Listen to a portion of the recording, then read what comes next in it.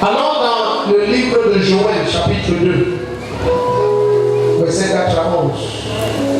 Souvent on connaît Joël pour le Saint-Esprit, mais il y a autre chose. Amen. Joël 2, verset 4 à 11. Soyons ensemble. Restons ici. Amen. Donc avançons maintenant, tu as déjà commencé à saisir plein de choses. Alléluia. Maintenant on doit arriver à ce point où tu comprends pourquoi cette bouteille doit oindre tes pieds aujourd'hui. Tu dois arriver à ça. Allons dans Joël 2. Amen. Quand Moïse va donner les bénédictions prophétiques sur les 12 fils d'Israël, il va dire sur Asser quelque chose de très important. Il va dire que Asser est la faveur de ses frères.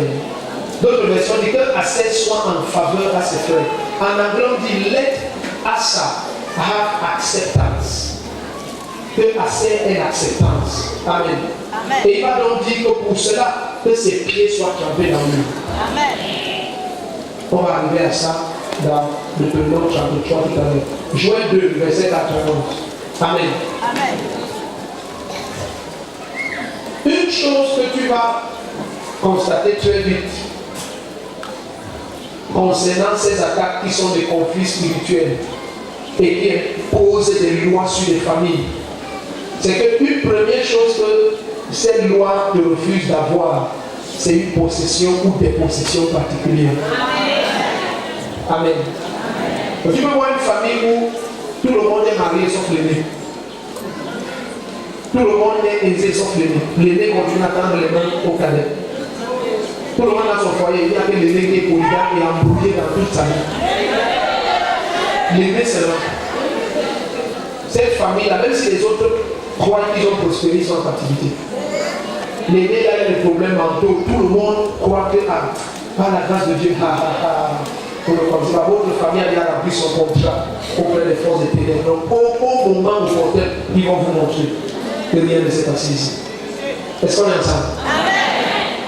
Donc, je dis, une des premières choses que cette puissance veut faire, quel que soit le genre de loi imposée, c'est d'abord de refuser la possession. Une ou plusieurs possessions. Et le Seigneur va nous révéler, ceux qui connaissent, qui ont déjà tout compris. Le Seigneur va nous révéler que l'héritage d'Israël devait être possédé par la pose de la plante de leur pied. N'oublie pas que c'est le talon, ça veut dire le pied, qui va être saisi maintenant par Jacob. N'oublie pas qu'après qu'il ait tout fait, là où tu penses que Jésus n'a jamais délivré ses apôtres, Jésus a lavé le pied. Et quand Pierre s'est opposé, il a dit que quand quelqu'un est pur, tout ce qu'il lui reste à faire, c'est de laver le pied. Donc il leur avait dit, vous êtes déjà pur à cause de la parole.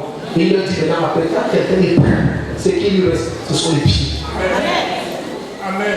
On va lire ça tout à l'heure dans Jean 13. Il dit, dès que quelqu'un est pur, c'est en laver tout le corps, tout ce qui reste, c'est dans les pieds. On doit laver ses pieds, purifier ses pieds. Amen. Et quand Pierre résiste, il dit, si je ne le fais pas, tu n'auras plus aucune part avec moi. Aucune part. Quoi que ce soit que je vais obtenir comme héritage pour mes enfants, tu ne pourras pas participer à ça. Tu n'es pas dans cette salle. C'est-à-dire que si tu me rates quelque part, tu ne vas pas prendre. Donc sois attentif. Alors maintenant, le Seigneur va dire par Joël une prophétie étrange. Alors dans Joël 2. Joël chapitre 2, verset 4 à 11. Nous sommes quasiment à la fin, on doit courir. Joël 2, verset 4 à 11. Il y a une notion terrible ici. Je te dis la vérité terrible ici. Alléluia. Est-ce que ta bouteille soit ouverte? Amen. Qu'elle soit ouverte. Ne la ferme pas. Qu'elle soit ouverte.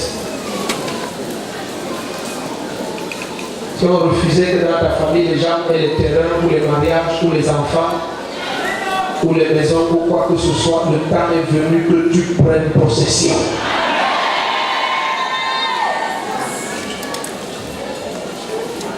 Et c'est à cause de ce mystère que je suis obligé de courir. C'est à cause de ce mystère que si Josué doit remplacer Moïse, il doit contracter la même grâce qui était sur les pieds de Moïse.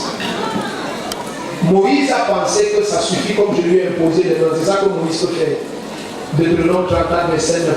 L'esprit de sagesse reposait sur Josué car l'homme de Dieu Moïse lui avait imposé les noms. Amen. C'est ça qu'il peut faire. Amen. Mais Dieu va oindre tes pieds. Maintenant, de la même manière que dans Exode 3, l'ange de la présence de Dieu, ça veut dire le Saint-Esprit, a dit à Moïse, déchausse-toi, ôte les sandales de tes pieds, car le lieu sur lequel tu te trouves est saint, pose la plante de tes pieds. De la même manière, le capitaine de l'armée de l'Éternel, le Saint-Esprit, le commandant en chef, celui qui disperse l'ennemi, qui vient comme un feu, il s'est tenu devant Josué et il a dit déchausse-toi. Ça, ce n'est pas un ange normal. Dans Apocalypse 19, les anges disent que ne nous adorez pas. Ne vous procédez pas devant nous, parce que nous sommes vos serviteurs. Mais ces deux-ci, c'est identique la même personne. C'est l'ange de la présence de Jéhovah, c'est le Saint-Esprit.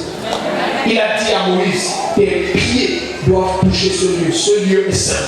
Ce lieu est le lieu élevé où je veux que tu marches. Amen. Et deux fois de suite, que ce soit dans 2 Samuel 22, verset 34, ou dans Habakkuk 3, verset 19, la même prophétie revient, mot pour mot. 2 Samuel 22, 34 et Habakkuk 3, 19. Note ça. Il dit, tu rends mes pieds semblables à celles des biches. Tu me fais marcher sur les hauteurs du pays. Amen. Amen. Tu rends mes pieds semblables. Comment l'Éternel rend des pieds semblables à celles des biches? En faisant que tes pieds contractent son huile. Contractent l'huile de sa présence. Il dit, le lieu où tu te tiens est saint. C'est ce lieu qui est le lieu très élevé. C'est le lieu de ma présence. Marcher sur les hauteurs du pays en dépit des harassements, des agents de ténèbres à tes côtés requiert que tes pieds soient placés très haut. Amen. Regarde, pourquoi ce sont les pieds qu'il faut affecter? Parce que c'est l'endroit le plus bas de ton corps. En aucun lieu tu ne te tiens pas la tête, ni par la main. Tu ne tiens pas le pied.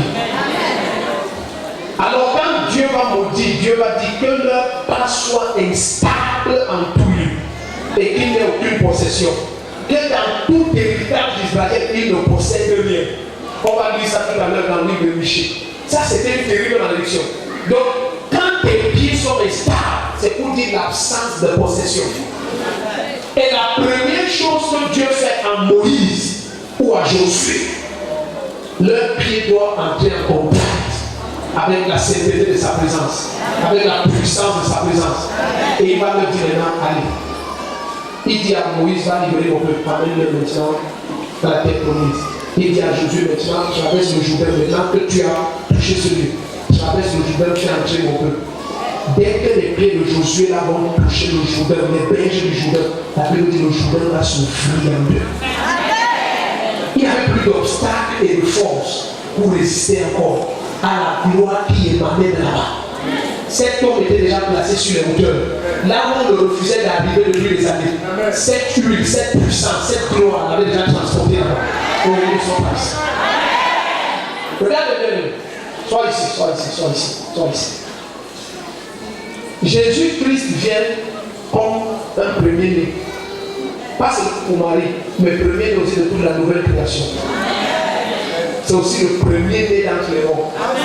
Il vient aussi comme un premier-né. Sois attentif, ne rate pas le moment M ici. Hello! Le niveau de grâce dans lequel tu vas fonctionner, ça va changer. Donc on peut retrouver le verset 4 à 11. Parmi le Père avec l'ange, je disais tout à l'heure, c'est pas grave. Joël 2, verset 4 à 11. Oui, voilà, juste après la leçon de Dieu. Joël 2, verset 4 à 11. Suis bien. Il dit, allez voir, on dirait des chevaux, et ils courent comme des cavaliers. Allez entendre, on dirait un bruit de char sur le sommet des montagnes où ils bondissent. On dirait un pétillement de la flamme du feu quand elle consume le chaume. C'est comme une armée puissante qui se prépare au combat. Devant eux, les peuples tremblent, tous les visages pâlissent. Ils s'élancent comme des guerriers. Ils escaladent les murs comme des gens de guerre. Chacun va son chemin sans s'écarter de sa route. Ils ne se pressent point les uns les autres. Chacun garde son rang. Ils se précipitent au travers des traits sans arrêter leur marche. Amen. Ils se répandent dans la ville, court sur les murailles, monte sur les maisons, entre par les fenêtres comme un voleur. Devant eux, la terre tremble, les cieux sont ébranlés, le soleil et la lune s'obscurcissent, et les étoiles retirent leur éclat. Verset 11. L'Éternel fait entendre sa voix devant son armée, car son camp est immense. Car l'exécuteur de sa parole est puissant. Car le jour de l'Éternel est grand, il est terrible, qui pourra le soutenir.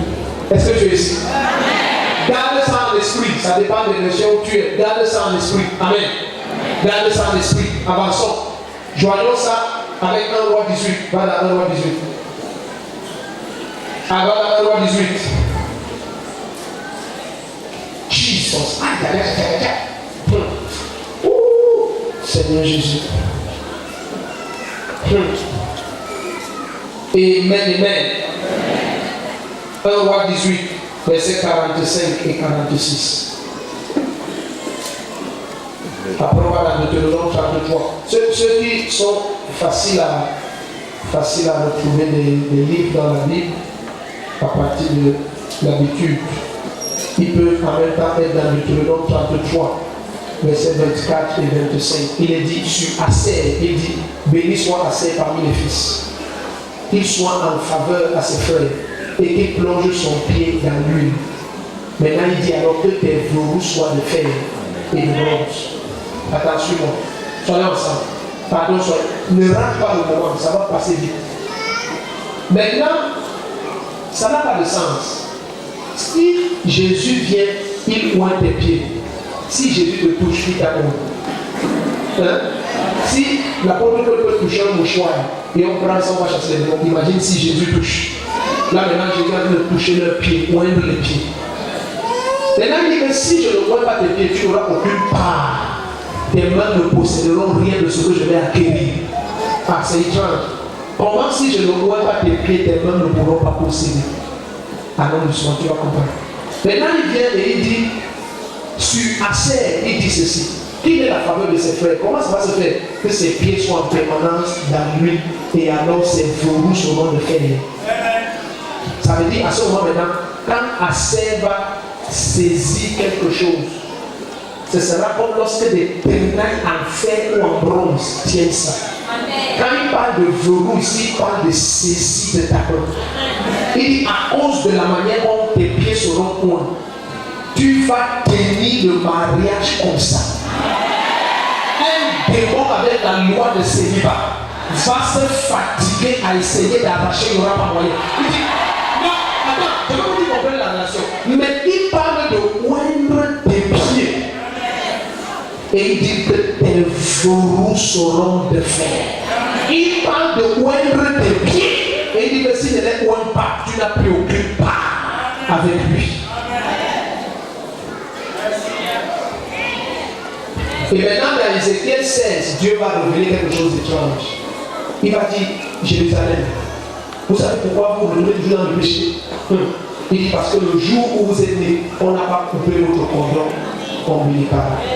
Et il dit qu'on ne vous a pas lavé avec l'eau pure. Et il dit qu'on ne t'a pas frotté avec du sel. Et si tu continues le texte encore plus bas, et il dit qu'il y avait absence d'huile sur tes pieds. Où est le rapport?